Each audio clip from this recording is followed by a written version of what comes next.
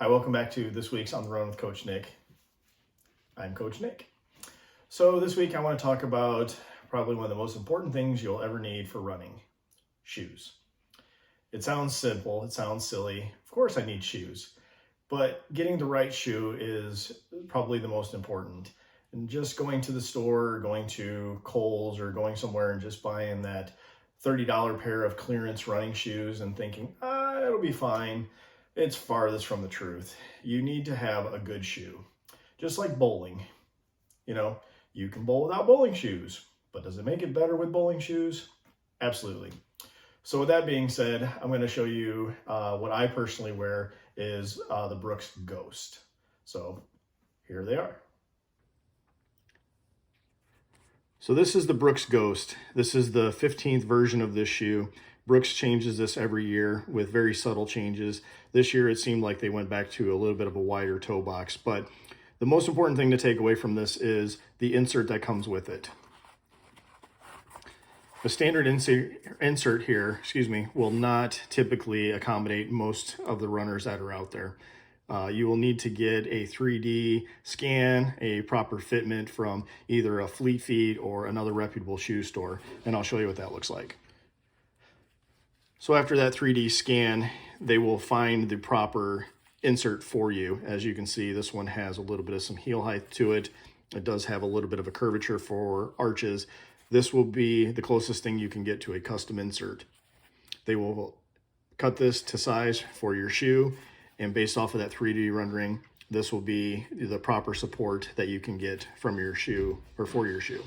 I suffered from shin splints, which is why I had to get the custom inserts. The other insert that I showed you didn't work for me. I still ended up having shin pain. So getting to the root cause of my problem, my feet are a little bit different than most runners.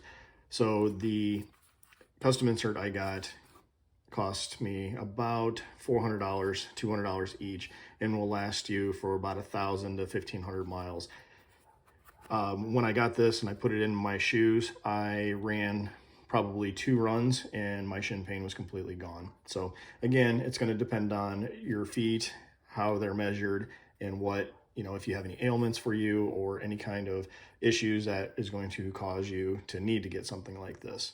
But for this has been a lifesaver for me. I thought that I was never going to be able to run like I could before because of the amount of pain it caused in shins. And if you've ever had shin splints, then you know exactly what I'm talking about.